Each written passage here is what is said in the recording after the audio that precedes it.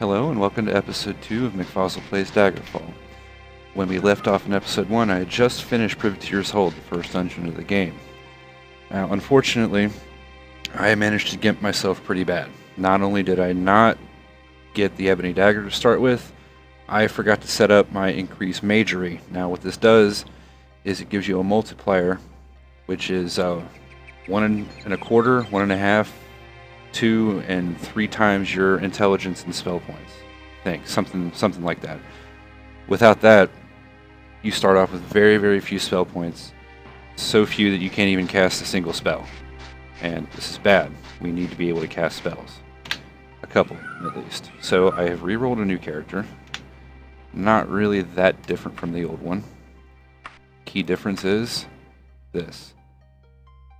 You will not find a better weapon for at least the first 7 or 8 levels. I did a bit of rearranging on my skills as well. These are the same. And these. I removed running because if you level up your running skill too fast, you will increase your character level, but your other skills will still be really low. So you're going to get your ass handed to you. This is bad. We do not want this. So I did just a little bit of rearranging. A couple of things for utility. I took climbing, because occasionally you are going to have to climb a wall, and if it's really, really low, you can fall off and probably die. And at the very worst, you'll glitch through and fall into the void and have to reload your save. Okay, so now we are in the town of Daggerfall. I have a couple of weeks until I get my first quest in the main story. So I'm going to take this time to get some money, maybe some better equipment, get into a guild or two, and increase my reputation. So the first thing we're going to do, believe it or not, is leave Daggerfall. We are going to base out of the town just south of where we started. Here it is. Gothway Garden. It's out of the way, it's small, but it's a good place to start. I think it's a lot easier for newer players to find their way around the small towns. This is, if I remember correctly, this isn't even a walled city. So camp out, foot horse, off we go. And save the game. Okay, now, to find shops and services. Oh, wait, what's this? Oh, okay. Well, looks like I got my first lead. Yeah, here it is. Heard about your accident at sea, feared the worst. Alive and well. Oh, they changed the name. It used to be something different. Rebels against the Imperial Throne. Discretion is required. Black Barber. Okay. So, once you receive this letter, you have 30 in-game days to go and meet her. And if you don't, you get a very angry letter from her asking where the hell you are. And then I think you have 2 weeks further to meet with her. And if you don't meet with her after that, well, the game is over. You can continue to play, but you can never do the main quest, as far as I remember. So we might as well just get that out of the way as soon as possible. Just do it now. So she's at Aldinghope Garden. Okay, so let's open up our map. Click on Province of Daggerfall. And nope, that's not good.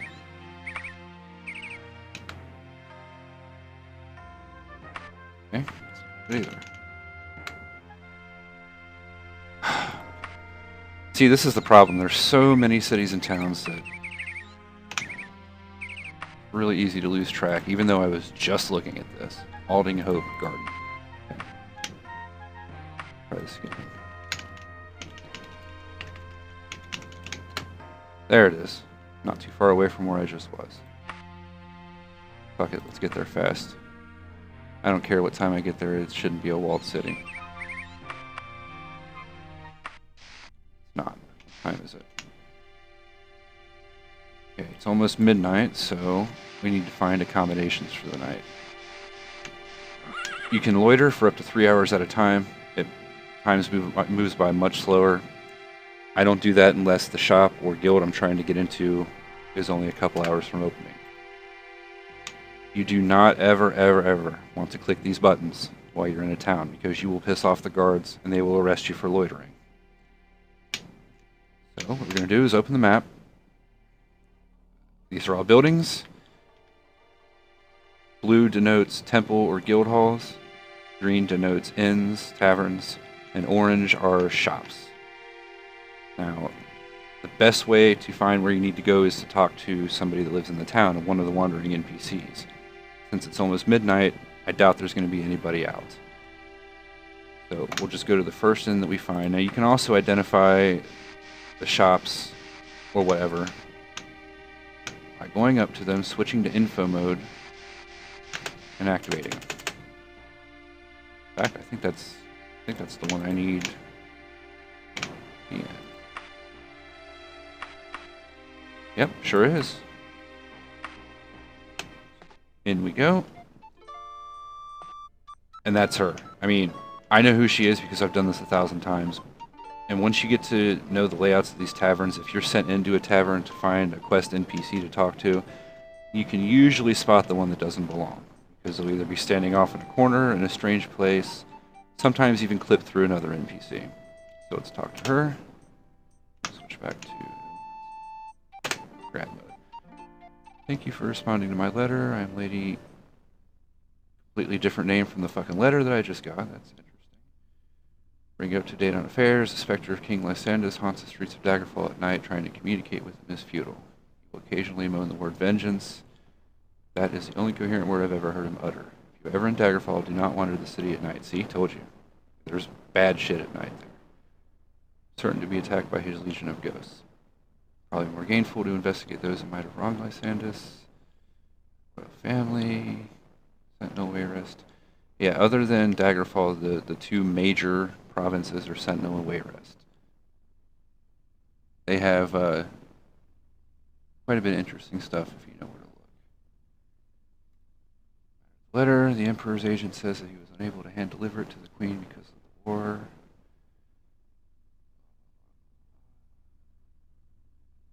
Do not mention my name in court. Don't worry, I won't. Okay, that's it. That's the end of your interaction with her.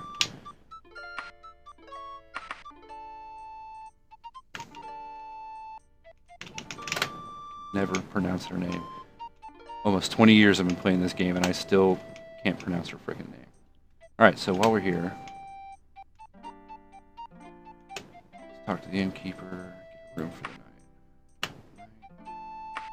Okay, now you can safely rest in here without worrying about being murdered by the guards. 10. Most of the shops open up around 8, some of them around 10. The guild halls all open at 11, or at least the Mages Guild does. I'm not sure if the Fighters Guild actually closes.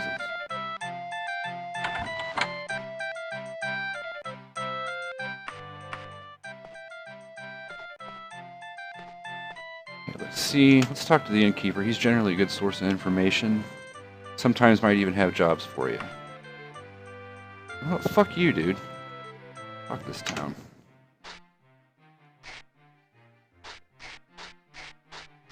Asshole innkeeper.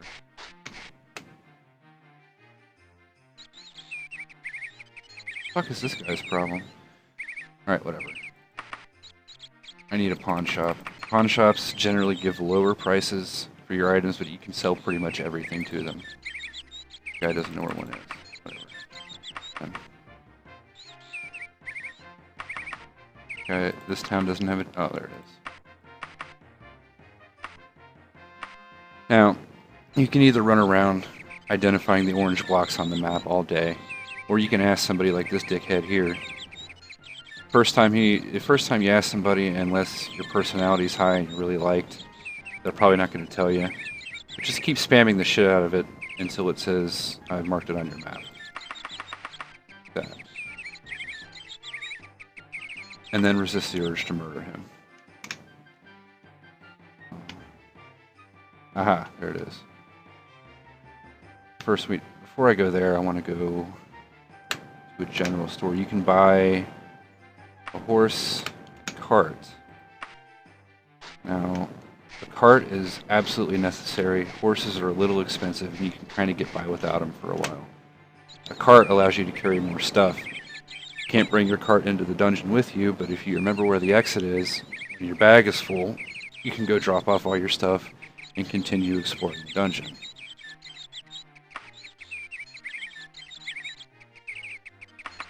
Like 3.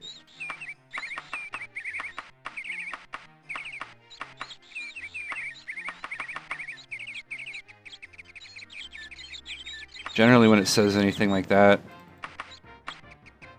all manner of clicking isn't going to put it on your map.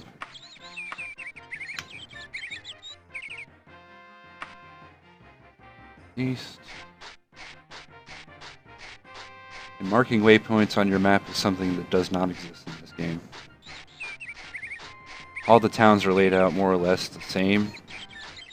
You'll get pretty good at identifying the town squares. Generally, a town square is several shops, taverns, and guilds all clustered around a central plaza. Every major city has them. Okay, now pay attention to this. The message you get when you enter a shop tells you a lot about the shop itself. This one, sturdy shelves cobbled together out of the scrap lumber. Hold the shop's wares. Items are sound and functional. This means that the crap that they sell here is just that, crap. But by selling your stuff here, you get a better price. Eat any of this stuff. General stores are pretty limited on what they'll buy. I don't think they'll buy armor, potion ingredients. That's why if you have a ton of stuff, like a wagon full of stuff, you're better off going to a bigger city that has a town square. That way all the shops are in one convenient location. I don't even think pawn shops will take alchemy ingredients. Whatever. Here. Okay, wagon, 300 gold. No. See, it gave an estimated price of 1,000 gold, but because my personality is low, my mercantile skill isn't that high, and I'm not very well known in the region, it's much, much higher than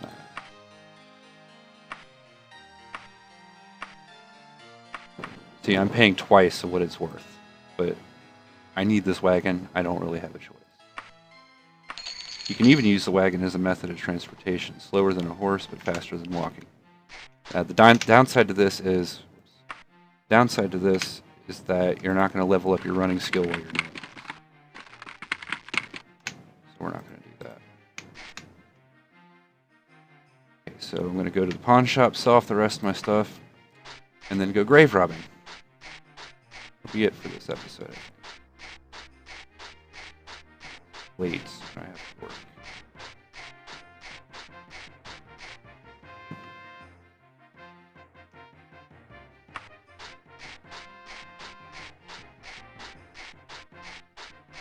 Such a great game. Best graphics that 1996 has to offer. I don't know, I've talked to a few people that have tried this and say they can't get past how it looks. It might be different for me because I grew up playing it. But graphics were never really that important to me. It was all, you know, gameplay is more important. I mean, I suppose they're not terrible. Pawn shop. This is an average store. That means they'll have average selection of stuff, average prices. The best one that you can find for selling is anything that starts off with rusty relics or strewn about wherever they were discarded, something like that. Two whole armor pieces. Thought I looted some books, I guess not. Kind of burned through that dungeon. Alright, cool. Now, one thing that bears mentioning is that gold has a physical weight in this game. If you're carrying too many gold pieces, you're going to have a bad time. You're not going to be able to carry anything, not even a piece of paper. That's why banks were invented. Don't have a whole lot of gold on me now, so it's not that big of a deal. But once you get up like, 5,000-6,000 gold or higher than that, you're going to want to deposit it into a bank. And as I continue my adventures here, I'm sure I'll be showing you that. Okay, so what we're going to do for some quick money is grave robbing. Now, dark red dots on the map are cemeteries. Cemeteries contain a central crypt consisting of 2 to 4 rooms and a couple of hallways, generally the weak enemies like bandits or rats, animals, stuff like that. Good news is that they're small enough that it's impossible to get lost, and as soon as you leave, everything respawns. So if you feel really cheap, you can just keep going in and out of these things over and over and over again and looting them. And there are no consequences whatsoever for doing this. Now, this dungeon, the one that I was already in, the lighter color because, for one, it's not a graveyard. And 2, I've already cleared it. You'll find maps and you'll get leads from quest givers on dungeons you have to go to get an item or whatever. They'll show up different on the map, so you don't have to hunt for them or type in the name or whatever. Okay, so I am here. We're going to go to the closest graveyard, the Copperfield Cemetery, because it's probably less than a day away. I've never encountered an enemy outside the graveyard. You go out into the wilderness, like where the flat spot ends and the terrain begins. A lot of times monsters will spawn there. Entrance. There's the crypt. Always going to be the biggest building in the cemetery. And I don't think there, at least not my experience, I haven't seen any cemeteries that have more than one.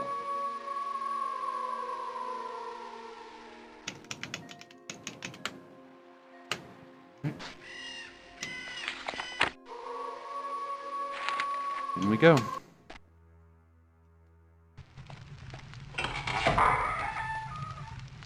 One of the skills I got rid of was lockpicking, because I forgot that if you come across a mundane locked door, not a magical one, you can just bash the door open. Increases the wear on your weapon, so I would advise keeping like a mace or some crap weapon in your inventory just for that purpose.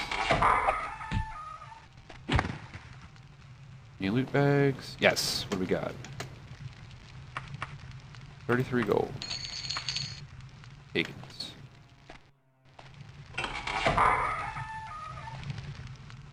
Oh, this one wasn't very profitable. Probably another one. Okay, or not. You know what? Fuck this place. We'll go somewhere.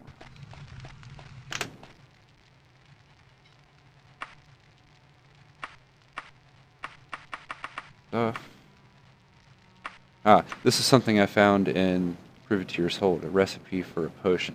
You'll find these out and about. Generally hold on to them. If you find one for invisibility or healing or cure disease, you're going to want to keep those. Because if you are going to be in the temple, which is not an option for me, I'll have to go to the Mage's Guild. You can craft these potions and save yourself a lot of time. Oh. And do one more.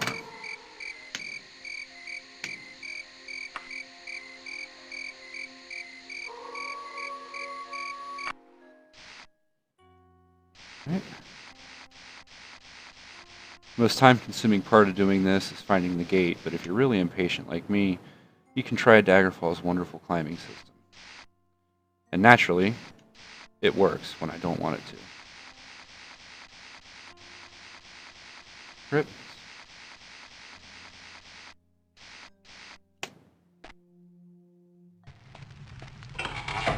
I don't hear any animals. Oh, there's a bat. If you hear doors open, or if a door opens when you get next to it, that means there's a humanoid enemy in there that has been activated. Iron is crap, but at this point I'm poor, I'll take anything. I've only found, actually none in dungeons.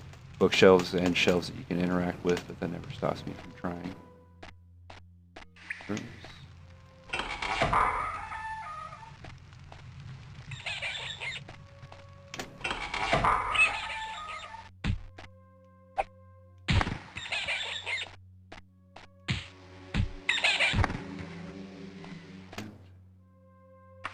It has nothing of value. Fuck. Alright, we'll do one more because this is ridiculous. In fact, I'm not even going to go anywhere. I'm just going to...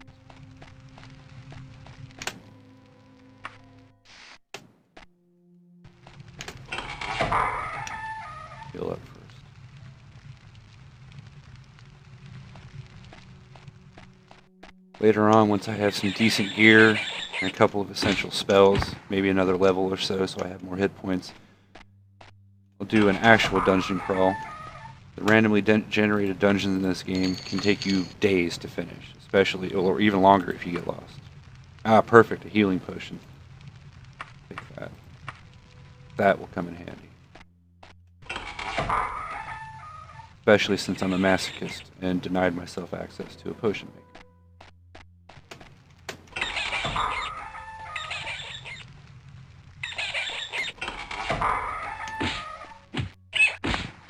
At least there's no spiders in here.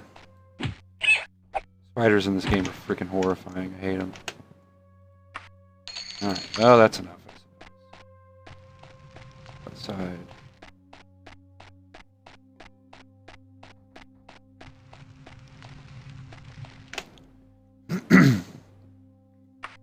Off the sword that I got.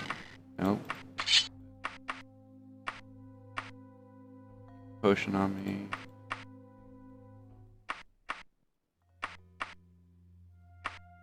Okay. Oh, it's daylight out. Alright, let's head back to town.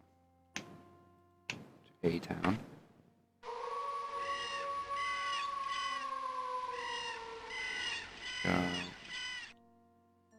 Yeah, the darker colored ones I think are the less dense, less populated, whereas the lighter ones are going to be the walled cities.